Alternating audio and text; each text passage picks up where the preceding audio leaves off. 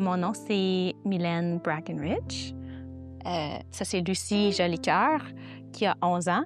Dawson Jolicoeur, le grand frère de presque 14 ans. Et papa? Papa, Anthony Jolicoeur, puis on était assis dans le Family Resource Center du Montreal Children's. Lucie est née le 12 mai 2014. Petit bébé en santé, très petite, qui perdait du poids rapidement, mais quand même en santé, elle allait bien. C'est pas avant la 10e semaine qu'elle a eu sa première crise épileptique. Nous, on vient de la région de l'Outaouais, donc on a été pris en charge très rapidement par notre hôpital régional. Son épilepsie, elle a progressé très, très rapidement. Je pense qu'on est rentré à l'hôpital vraiment au bon moment. Après sa première crise, tout de suite, elle a commencé avec des 80 plus par jour. Beaucoup de différents types de crises, certains qui prenaient tout son corps, d'autres qui étaient plus des absences. Donc, elle a été prise en charge très rapidement, beaucoup de médication. À l'âge d'1 an et demi, elle a eu sa première chirurgie au cerveau à un autre hôpital. Ça n'a pas fonctionné. À l'âge de presque 2 ans, elle a eu sa deuxième chirurgie au cerveau. Encore une fois, ça n'a pas fonctionné. La seule chose que ça a fait, ça a peut-être réduit les crises un peu à une 50aine. Avec différents médicaments, on a été capable de le réduire à une 10aine par jour. Et puis, c'est notre hôpital régional qui, après plusieurs crises que ça continuait, puis là, c'était vraiment sa mémoire qui a commencé à partir, qui nous ont dit, je pense que vous devrez consulter au Montreal Children's. On a entendu des bonnes choses. On aimerait ça que vous essayiez là-bas pour voir si vous pourriez avoir une chirurgie. Donc, on est venu ici, on a fait les tests. L'équipe a tout de suite découvert c'était quoi la problématique de ces crises. Donc, nos tests étaient au mois d'août 2023, puis en novembre 2023, ils l'ont opéré, puis du jour au lendemain, ces crises ont complètement arrêté à la suite de cette 3e chirurgie ici à l'hôpital. Essentiellement, elle avait le côté gauche du cerveau qui était plus gros que le côté droit, qui est une malformation avec un nom là, super long que même moi, je suis pas capable de prononcer. Puis ce que ça faisait, c'était que ça l'envoyait des signaux un peu partout dans sa tête. Donc, en enlevant tout le côté gauche, ils ont été capables de complètement enlever le problème. Puis ici, ils l'ont vu tout de suite sur l'IRM. Ça a été manqué dans d'autres IRM, mais en même temps, ici, avec l'expertise, ils ont été capables de le voir immédiatement puis de résoudre le problème. Bien, on est venu chercher des soins ici à Montréal suite à une consultation avec notre neurologue dans notre hôpital de la région.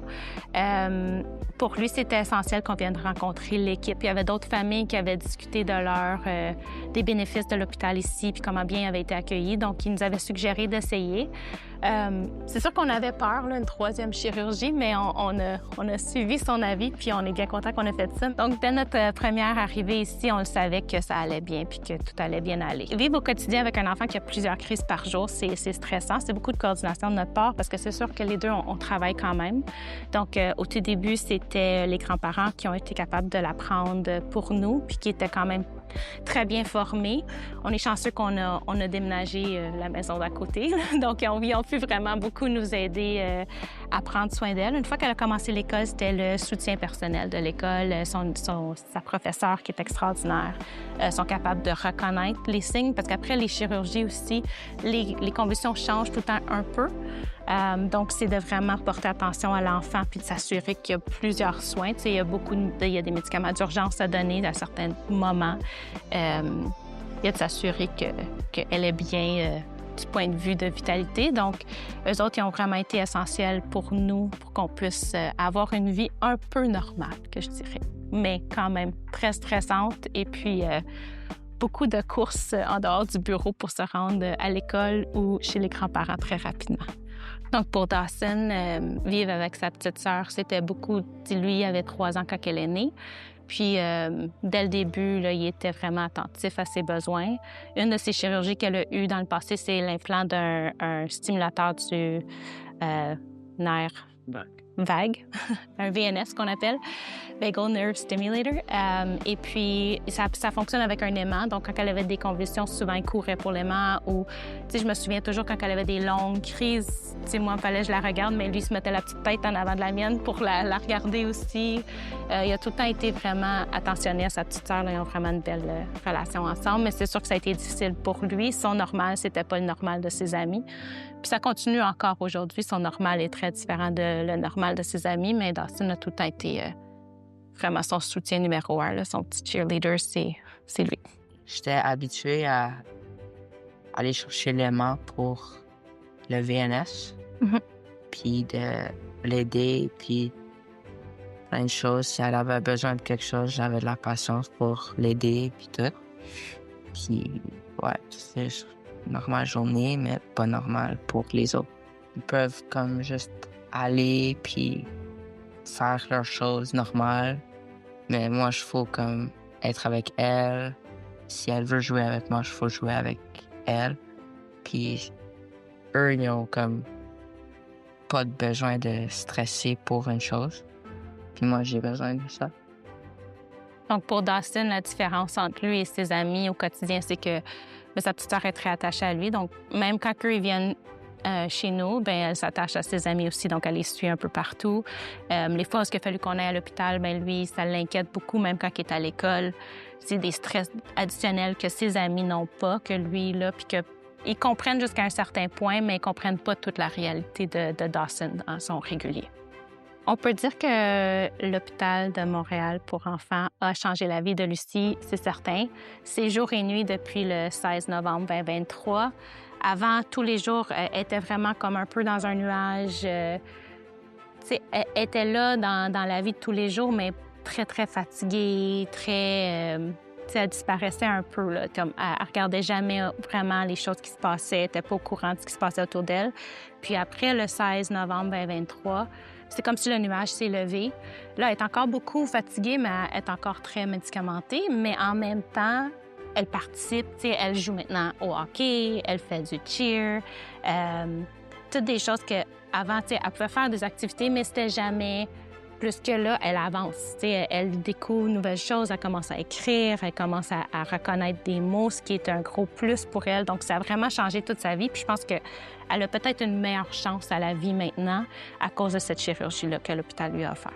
Pour une attention particulière, il y avait son neurochirurgien, Dr. Dudley, et son équipe était vraiment fantastique. Mais Dr. Dudley, il est extraordinaire. Ça a été toute une découverte pour nous. Il a vraiment bien pris soin de nous. Il nous écrivait régulièrement pour nous donner des mises à jour et les informations de façon simple aussi qu'on pouvait comprendre, mais aussi par après. Il a suivi notre cas, puis il nous écrit encore régulièrement. On lui envoie des photos de Lucie quand elle accomplit des petits événements au hockey ou au cheer. Il est bien content de les recevoir, puis c'est le fun d'avoir eu cette connexion avec lui, puis j'espère que ça va continuer encore longtemps parce que ça a vraiment été une belle découverte pour nous comme être humain, mais aussi comme neurochirurgien, puis l'attention médicale qu'il a pu lui apporter, puis essentiellement changer sa vie. Là.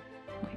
La deuxième chose, je dirais, c'était vraiment envers Dawson, comme lui, il venait avec nous, surtout pour les tests, des choses comme ça. La chirurgie, un peu moins, parce qu'on avait peur de sa réaction un peu par après.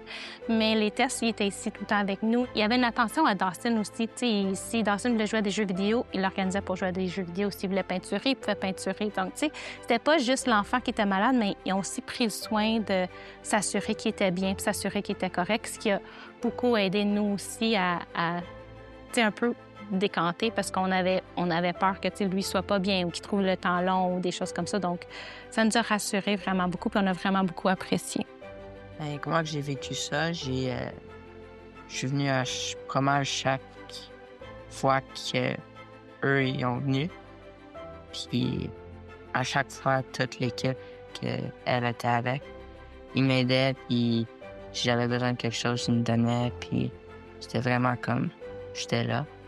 So every month since November 16, 2023, we had been purchasing balloons and celebrating month by month up to a year where we, and I say we, but Milan and myself and Dawson blew up. I think it was upwards of 365 balloons to celebrate the fact that she is 1 year seizure-free. And so it's just been incredible to have like the relief, obviously that basically we were living before with numerous seizures per day, upwards of, obviously in the best of times, it was still 5 to 10 seizures every day. And to go months and then months and months and then up to a year, having not had any seizure, it's been an incredible change to our life. Not only we say our life, but Lucy's life specifically, and seeing all the gains that she's able to have. So it's been pretty remarkable. I guess what's changed the most is just the pressure, I guess, and like the waking up and not knowing what the day will bring for each of us, I guess. And I know the impact is obviously greatest on Lucy and on our daughter, but it has an impact on the family as a whole. And so basically it was that. So as the months transpired, it was like the cloud was kind of lifting for our family, deciding on a day-to-day basis what we were going to do. It impacted sort of our decisions depending on how she was feeling that morning, how she was planning, the night before, how her evening had been.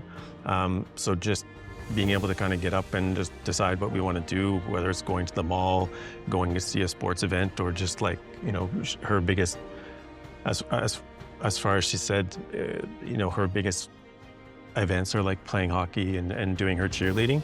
But even more than that, she enjoys going to her brother's hockey games and cheering for him in the stands. So there was times in the past where obviously she would have to stay back with Mylène or myself and miss out on that. And so that's sort of been the biggest change for all of us, including, on the most part, Lucy.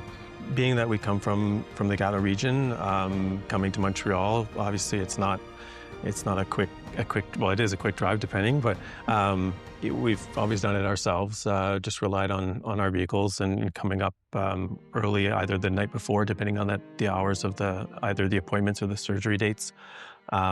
So that's basically how we've done it. Obviously, with regards to Dawson, there's moments that he's come with us. Other times he's had to kind of stay back and keep going to school or stay with his grandparents. So that's been sort of how we've managed the up and downs to Montreal. Leading up to the surgery, there was a number of them, like preoperative appointments. So on days like that, Dawson would probably come up with us, and just not knowing when we'd be back after the appointments. I don't know if there's more than that, but There were quite a few appointments leading up to the surgery. There was a lot of up and down, and we have pets too, so we had to go back. So there was a lot of up and down, sometimes 2-3 days in a row, but it was okay. And we're very lucky to have grandparents that are very supportive on both our sides. So it was easy to ensure that he was okay if he had a test or something like that to keep him going at school.